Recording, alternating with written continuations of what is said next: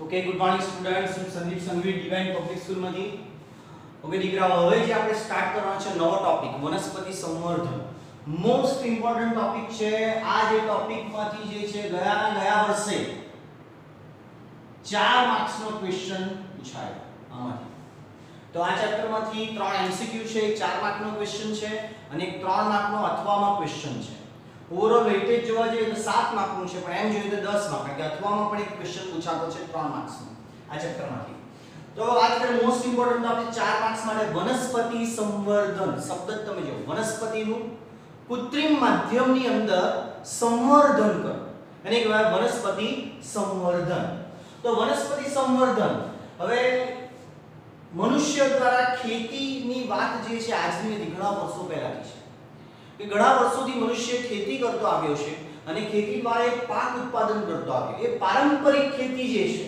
જેની મદદથી આપણે સીમિત માત્રામાં જૈવભાર ઉત્પાદન કરી શકીએ એટલે આપણા માટે ખાવા લાયક ફળ ફળાદી શાકભાજી અને ધાન્યનું ઉત્પાદન આપણે સીમિત માત્રામાં અમુક માત્રામાં કરી શકીએ હવે જો આપણે ઉત્પાદન વધારવું હોય તો આપણે શું કરશું સારું વ્યવસ્થાપન એટલે શું કે જમીનની ફેરબદલી કરવી જમીનને સારી રીતે ખેડવી પૂરતા માત્રામાં પાણી પૂરું પાડવું આ બધી બાબતો કે જો આપણે સારું વ્યવસ્થાપન કરીએ અને જો ક્ષેત્ર વિસ્તાર જમીન ખેતી લાયક જમીનનો વિસ્તાર જો આપણે વધારીએ તો આપણે શું કરી શકીએ ઉત્પાદન વધારી શકીએ પણ ભારતની જ વાત કરીએ 1950 માં આપણે 35 કરોડ હતા અને 2011 ની અંદર આપણે 130 કરોડ થઈ ગયા વસ્તી આટલી બધી વધી પણ ભારત દેશની જમીન વિસ્તાર વધતો નથી તો જમીની વિસ્તાર વધતો નથી તો આટલી જ જમીનમાં આપણે વધુ ઉત્પાદન કેવી રીતે કરી શકીએ તો વધુ ઉત્પાદન વ્યવસ્થાપન તો કરવું જરૂરી છે પણ આ ઉપરાંત આપણે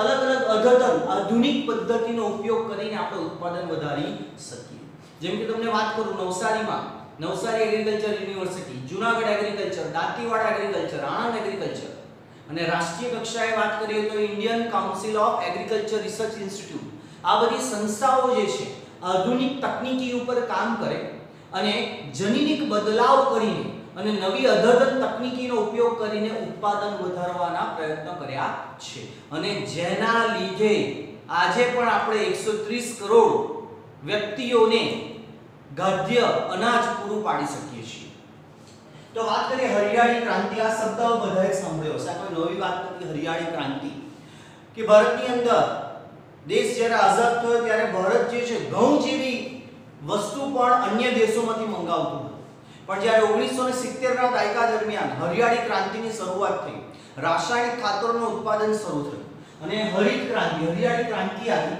અને ભારતે જે છે ધાન્ય પાકોનું ઉત્પાદન પોતાનું ધાન્ય પાકોનું ઉત્પાદનમાં 300 થી 400 ગણો વધારો કર્યો અને જેના લીધે આજે ભારત જે છે પોતાના ભારત દેશના નાગરિકોને તો અનાજ મળે જ છે પણ વધુ પડતું જે અનાજ ઉત્પાદિત થાય છે તે ભારત અન્ય દેશોની અંદર એક્સપોર્ટ કરે છે તો હરિયાળી ક્રાંતિ જેમાં ઘઉં ચોખા મકાઈ જેનું ઉત્પાદન વધારવામાં આવ્યું અને રોગ પ્રતિકારક જાતોનો પણ વિકાસ કરવામાં આવ્યો અને જો આપણે સંવર્ધનની વાત કરીએ તો નવી વાત નથી આજથી આપણે અમુક વર્ષો પહેલા પણ જોઈએ જેમ કે ઉદાહરણ તરીકે અમુક વર્ષો તો 9000 થી 11000 વર્ષ જૂના પુરાવાઓ જો આપણે તપાસીએ તો તેમાં પણ આપણને લિખિત દસ્તાવેજ એવા મળેલા છે કે ભૂતકાળમાં પણ આ કૃત્રિમ સંવર્ધનની પદ્ધતિ ઉપયોગમાં હતી આજે જે આપણે અલગ જાતો નિહાળીએ છીએ જેમ કે કોબીજ છે ફુલાવર છે કોલરાબી છે જેવી આ અલગ જાતો જે છે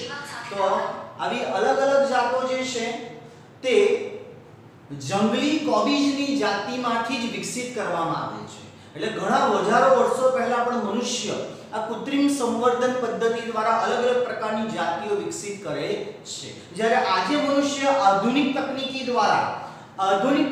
દ્વારા વધુ માત્રામાં ઉત્પાદન વધારે છે અને વધુ પ્રકારની વેરાયટી પણ નિર્મિત કરે છે એનું ઉદાહરણ તમને આપું જેમ કે ભૂતકાળમાં મકાઈ કેવી હતી દેશી મકાઈ હતી આજે અમેરિકન મકાઈ પણ દેશી મકાઈ પણ મળે એવી જ રીતે તમને ઉદાહરણ તરીકે કેરીની કેટલી બધી જાતો છે કેસર છે લંગડો છે તોતાપુરી છે હાપુસ છે બદામ કેરી છે તો કેટલી બધી એની વેરાયટી છે તો આવી અલગ વેરાયટીઓ જે નિર્મિત કરવામાં આવે છે એનું કારણ શું છે આધુનિક તકનીકીઓની મદદથી તો હવે એની અંદર આપણે વાત કરીએ વનસ્પતિ સંવર્ધન શું છે? વનસ્પતિ સંવર્ધન તો વનસ્પતિ જાતિઓનો ઈરાદાપૂર્વકનો કુશળ વ્યવહાર, કે વનસ્પતિ જાતિઓનો ઈરાદાપૂર્વક એટલે મનુષ્ય શું કરશે? એમાં મેનિપ્યુલેશન, એમાં ચેન્જ કરશે, જનીનોની અંદર બદલાવ કરશે. તો ઈરાદાપૂર્વકનો કુશળ વ્યવહાર પણ શેના માટે? મનુષ્યના ફાયદા માટે, ઉત્પાદન વધારવા માટે, વધુ ગુણવત્તાસભર આહાર બનાવવા માટે. જેમ કે વધુ પડતું પ્રોટીન ધરાવતા ઘઉંનું નિર્માણ કરવું, વધુ માત્રામાં શર્કરા ધરાવતા ચોખાનું નિર્માણ કરવું, જેથી ફાયદો શું થાય? ઓછા ચોખા પણ જો મળે આહારમાં તો આપણને એમાંથી ન્યુટ્રિશન વધારે પડતું મળે. કારણ કે ભારત જેવા દેશની અંદર અને એવા ઘણા અન્ય દેશો પણ છે કે જ્યાં લોકોને સામાન્ય રીતે અન્ન પણ મળતું નથી. તે લોકોને જો ઓછું અન્નમાં વધુ પોષણ મળે તેવા આપણે ખોરાકનું નિર્માણ, એવા ધાન્ય પાકોનું નિર્માણ કરવું જોઈએ. આજની વાત કરીએ તો આધુનિક જમાનાની અંદર એક તો જનીન વિદ્યા, આણ્વીય જીવ વિજ્ઞાન અને પેશી સંવર્ધન ક્ષેત્રે થયેલી પ્રગતિ, જેની મદદથી આપણે ઉત્પાદન વધારી શકીએ છીએ. પહેલા વાત કરીએ જનીન વિદ્યા. તો જનીન વિદ્યાની અંદર શું કરવામાં આવે? એક છોડ છે જેની ગુણવત્તા એકદમ સરસ ગુણવત્તા છે, કે એ છોડ ઉપર જે લાગતા ફળ જે છે, ધારો કે ઉદાહરણ તરીકે આપણે કેરીની ચાલો વાત કરીએ કે કેસર કેરીનું વૃક્ષ છે, બહુ સરસ કેરી આવે છે, એના જેટલી સારી કેરી નથી આવતી, એવી એક આંબા ઉપર કેરી આવે છે, પણ એનું ઉત્પાદન ઘણું ઓછું છે, તો એ ખેડૂતને પરવડે નહીં. તો આપણે શું કરવાનું છે? એની અંદર એવું નવું જનીન દાખલ કરાવીએ કે જે કેરીની ગુણવત્તા તો જાળવી જ રાખે છે, પરંતુ એનું ઉત્પાદન પણ વધારી શકાય. તો એ જનીન વિદ્યાની મદદથી આપણે શું કરી શકીએ? ઈચ્છિત યોગ્ય જનીનને જે તે વનસ્પતિમાં દાખલ કરાવી શકીએ. પછી આણ્વીય જીવ વિજ્ઞાન. તો આણ્વીય જીવ વિજ્ઞાન એટલે આણ્વીય સ્તરે આપણે તપાસવાનું છે કે ધારો કે કોઈ ફળ જે છે એની અંદર શર્કરાનું પ્રમાણ વધારે છે, વધુ સ્વીટનેસ એ આપે છે, તેના માટે જવાબદાર કારણો આણ્વીય જીવ વિજ્ઞાન ક્ષેત્રે તપાસવા પડે. એના આણ્વીય કણો, એનું બંધારણ આપણે તપાસવું પડે. અને પેશી સંવર્ધન એટલે શું છે? જેમ કે નવસારી એગ્રીકલ્ચર યુનિવર્સિટીની અંદર શું કરવામાં આવે? ટેસ્ટ ટ્યુબ ની અંદર કૃત્રિમ માધ્યમ આપવામાં આવે, એમએસ મીડિયમ, જેમ કે ન્યુરિસાયન્સ સ્કુંજ મીડિયમ. તો એમએસ માધ્યમ આપવામાં આવે અને એમએસ માધ્યમની અંદર શું એડ કરવામાં આવે? તો જે પિતૃ વનસ્પતિનો કોઈ પણ એક ટુકડો, અહીં બીજની જરૂરિયાત નથી, કારણ કે ઘણી બધી વનસ્પતિમાં એવું હોય કે બીજનું બીજાંકુરણ થતા જ વર્ષો લાગી જાય. જેમ કે બોટલ પામ, ખારેકનું ઝાડ, કે જેને બીજમાંથી એનું બીજ તમે વાવશો ને તો એનું બીજાંકુરણ થતા 3 થી 5 વર્ષનો સમય લાગે. તો સમયગાળો વધી જાય, સમયગાળો વધશે તો સમય વેડફાશે, ઉત્પાદન ઓછું આવશે. તો અહીં પેશી સંવર્ધનમાં શું કરવામાં આવે? કૃત્રિમ માધ્યમ, જેમ કે મોટા લેબોરેટરી હોય, એની અંદર ઘણી બધી ટ્યુબલાઇટ લગાવેલી હોય, એસી મૂકેલા હોય, સ્ટાન્ડર્ડ 24 ડિગ્રી સેલ્સિયસ ટેમ્પરેચર આપવામાં આવે વનસ્પતિને, અને તેની અંદર પિતૃ વનસ્પતિનો કોઈ પણ ભાગ, મૂળ લઈ લો, પ્રકાંડ લઈ લો, પર્ણ લઈ લો, અને એક નાનો એવો ટુકડો મૂકવામાં આવે અને પછી તેમાંથી છોડ વિકસિત કરવામાં આવે. અને ત્યારબાદ એ છોડને નવા કૃત્રિમ માધ્યમમાં, કાચની બોટલ આવે એમાં ટ્રાન્સફર કરવાનો, પછી એમાંથી ગ્રીન હાઉસમાં ટ્રાન્સફર કરવામાં આવે અને પછી એને કુદરતી વાતાવરણમાં લઈ જવામાં આવે. આ રીતે શું કરી શકાય? ઈચ્છિત લક્ષણો ધરાવતા છોડને ટૂંકા સમયગાળામાં તેનું ઉત્પાદન વધારી શકાય. તો આજની તારીખે આપણે આ બધી આધુનિક પદ્ધતિનો ઉપયોગ કરીએ છીએ. તો આજે આપણે જનીન વિદ્યા, આણ્વીય જીવ વિજ્ઞાન અને પેશી સંવર્ધન ક્ષેત્રે થયેલી પ્રગતિના લીધે ઉત્પાદન વધારી શકવા માટે સક્ષમ બન્યા છીએ. ત્યારબાદ વાત કરીએ કે સંવર્ધક લક્ષણોની યાદી હવે.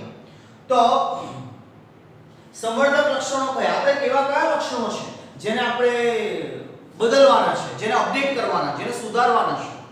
તો સંવર્ધક લક્ષણોની યાદી, કે વનસ્પતિમાં કયા લક્ષણોને આપણે ફેરફાર કરવાનો છે, અપડેટ કરવાના, સુધારવાના? તો પહેલું તો વધુ પાક ઉત્પાદનમાં, કારણ કે મેઇન તો એ છે કે ઉત્પાદન વધુ માત્રામાં મળવું જોઈએ. અને સુધારેલ ગુણવત્તા કઈ હોવી જોઈએ વનસ્પતિની અંદર? તો પર્યાવરણીય તણાવ સામે એ ટકી શકવું જોઈએ. જેમ કે જો જમીનમાં વધુ ક્ષારતા હોય તો વનસ્પતિ ટકી રહેવી જોઈએ. જમીનમાં ઉચ્ચ તાપમાન હોય ત્યાં તો ઉચ્ચ તાપમાનમાં પણ તે ટકી રહેવું જોઈએ. અને જમીનમાં પાણીનું પ્રમાણ ઓછું હોય, શુષ્કતા હોય, છતાં પણ એ વનસ્પતિ આવા પ્રતિકૂળ પરિસ્થિતિમાં પણ તે સહનશીલતા ધરાવતું હોવું જોઈએ. એક તો આ ગુણવત્તા સુધારવાની છે આપણે આ બધી પદ્ધતિનો ઉપયોગ કરીને. આ ઉપરની પદ્ધતિનો ઉપયોગ કરીને વનસ્પતિમાં આપણે આ બધા ફેરફાર કરવાના.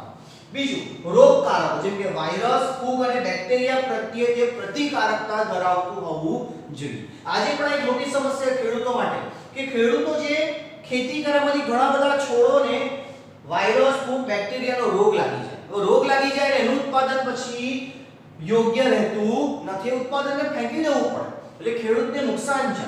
અને કીટકો પ્રત્યેની સહન ક્ષમતામાં વધારો કે કીટકો આજે પણ 20 થી 25% ઉત્પાદન ઓછું થવાનું કારણ કયા છે? કીટકો છે.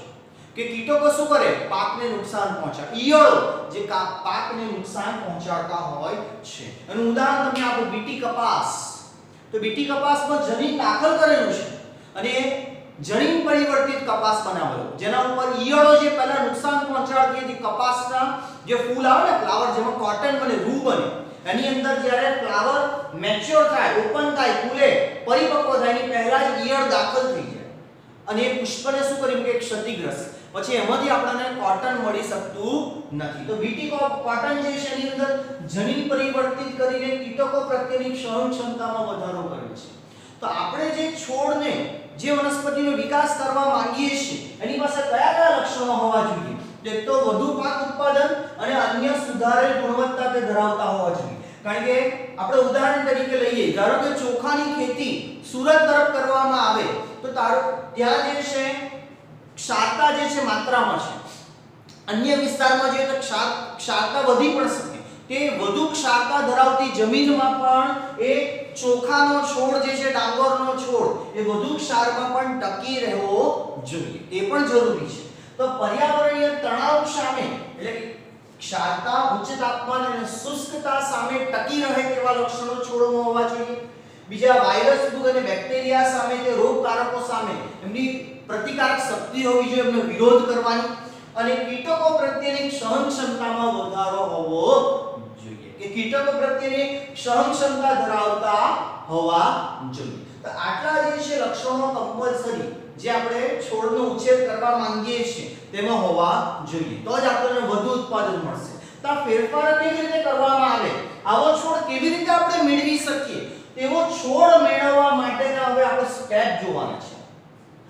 તો ક્વેશ્ચન આ જ રીતે પૂછાશે, જનીનિક રીતે ભિન્નતા ધરાવતી પાક સંવર્ધિત જાતો માટે કયા તબક્કા હોય છે? તો આજે એના ઇન્ટ્રોડક્શનની વાત કરી ગયા. હવે એના પછી જે આપણે જોવાના છે આ ક્વેશ્ચન આ રીતે જ પૂછાય, જનીનિક રીતે ભિન્નતા ધરાવતી પાક સંવર્ધિત જાતો માટે કયા તબક્કા હોય છે? તેના આપણે અલગ અલગ તબક્કાઓ વિશે વાત કરવાની છે. તે તબક્કાઓ વિશે જે છે હવે આના પછીના લેક્ચરની અંદર આપણે જોઈશું. All the best, happy learning દીકરાઓ.